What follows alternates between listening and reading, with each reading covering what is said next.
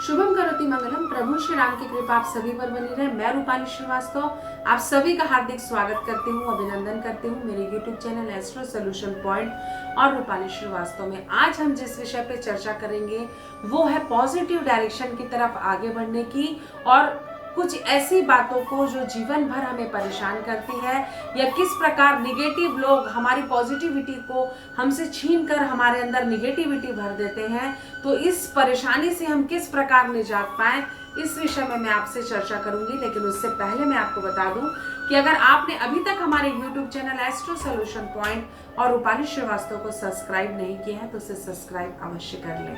तो चलिए चर्चा करते हैं कि क्यों ऐसा होता है कि अचानक हमारा बनता बनता काम रुक जाता है, हम निगेटिविटी का शिकार हो जाते हैं। आज के समय में हर घर की ये प्रॉब्लम है कि आपका अपना ही आपका सबसे बड़ा शत्रु बनता है। वो आपसे कंपटीशन की भावना रखता है, आपकी उन्नति से उन्हें तकलीफ होती है, या आसपास का जो वातावरण है उनके हाव भाव से हमें लगने लगता है कि हमारे प्रति उनकी भावनाएं अच्छी नहीं है। क्या आपने ऐसा सोचा कि अचानक हमारा चलता हुआ व्यापार, हमारे बच्चों की पढ़ाई, या हमारे काम में, या हमारे घर के वातावरण में कैसे निगेटिविटी आ जाती है, या हमारे शरीर में जो हमारे अंदर एक पॉजिटिव तंत्र होता है जो हमारे लिए ऊर्जा क्रिएट करता है, वो कैसे डिस्टर्ब हो जाता है।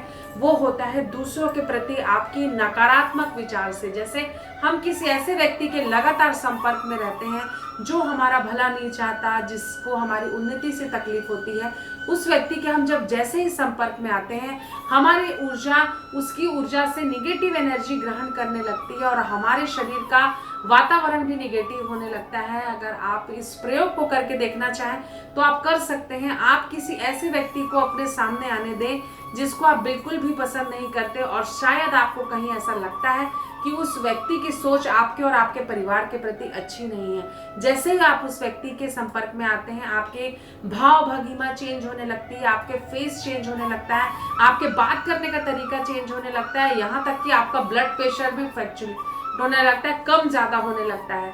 तो कहीं ना कहीं जब हमें ये पता है कि उस सामने वाले व्यक्ति से, चाहे वो हमारे व्यापारिक स्थिति में हो, या वो हमारे परिवार का सदस्य हो, हमारा पड़ोसी हो, हमारा कोई फ्रेंड हो, या कोई भी XYZ व्यक्ति हो जो हमें लगातार निगेटिव एनर्जी के, हम उसके संपर्क में आते ही निगेटिव हो जाते हैं, तो ज्यादा अच्छा होता है कि जो व्यक्ति हमारे साथ छल कर रहा है, हमारे साथ रहकर भी हमारा बुरा चाहता है, उस व्यक्ति के साथ अगर हमने मिलना जुलना कम या पूरी तरीके से बंद नहीं किया तो आपकी प्रगति रुकती है। तो इस बात को समझें, सोचें और विचार करें, क्या आपकी एनर्जी लेवल भी किसी दूसरे व्यक्ति के कारण खराब तो नहीं हो रहा है। क्योंकि अपने जीवन का जो रिमोट कंट्रोल है वो आप अपने हाथ में लेके चले।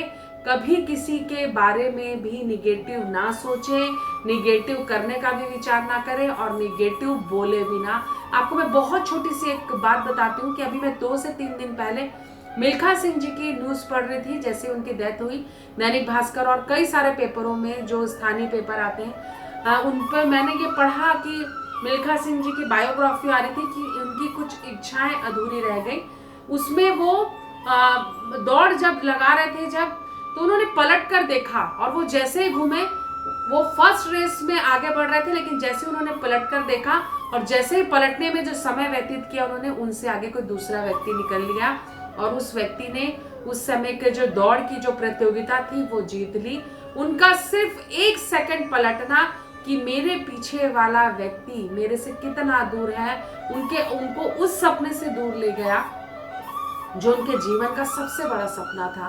तो मेरा ये आपको सिर्फ कहने का तात्पर्य ये है कि अपने सपने के पीछे भागें। अपने आप को आप कैसा अच्छा कर सकते हैं, कैसे आप अपने जीवन में सुधार ला सकते हैं, आपको अपने जीवन में किस प्रकार अपडेट होना है, साथ ही साथ आपको अपने फैमिली का वातावरण कैसा रखना है, अपने बच्चों को किस शिक्षा देकर आपको आगे बढ़ाना है, या बच्चों के लिए आपके लिए क्या गाइडलाइन है, या स्वयं के लिए आप क्या सोचते हैं, आप भविष्य में क्या करना चाहते हैं, क्या आपने अपने लिए रूपरेखा तैयार की है, इस पर विचार करें। करने के लिए हमारे पास बहुत कुछ है, हम दूसरों पे अपना टाइम वेस्ट क्यों करें। और अगर आप करना भी चाहते हैं तो किसी का निस्वार्थ भला करें, किसी की निस्वार्थ मदद करें, इससे आपको आत्मिक शांति मिलेगी।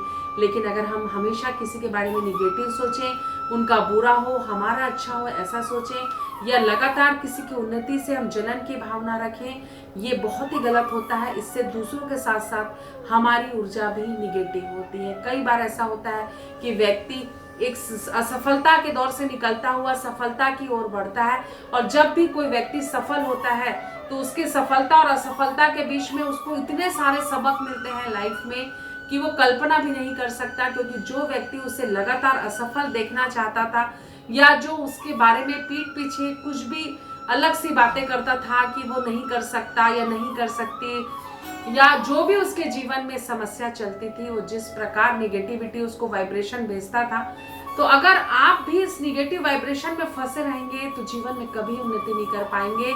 अपनी असफलताओं से सीखिए।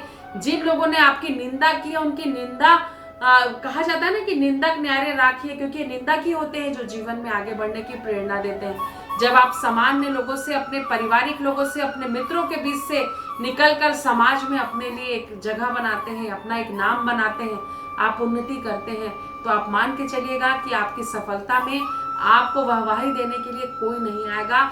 सिर्फ वही व्यक्ति आपसे दिल से जुड़ेगा जो आपकी सफलता से खुश होता है, जिसने आपकी सफलता के दौर में आपके संघर्ष को देखा है। तो आज इस पूरी घटनाक्रम को मेरे बताने का सिर्फ उद्देश्य यही है कि जीवन में एस्ट्रोलॉजिकल उपाय करने के साथ साथ, या जीवन में कुछ भी अच्छा करने और बुरा करने के साथ साथ अपने कर्मों के प्रारब्ध को जरूर देख लें कि आपके द्वारा किए गए कर्म से किसी का बुरा ना हो, क्योंकि कहीं ना कहीं कर्मों की गति भोगनी ही पड़ती है। तो कोशिश करें, अच्छा करें, दूसरों से जलन की भावना को त्याग कर दें, अपने लिए रास्ता स्वयं बनाएं। अगर आपको वीडियो अच्छा लग रहा हो तो इसे लाइक और शेयर जरूर करें। एक बार फिर से आप सभी को रूपाली श्रीवास्तव का नमस्कार।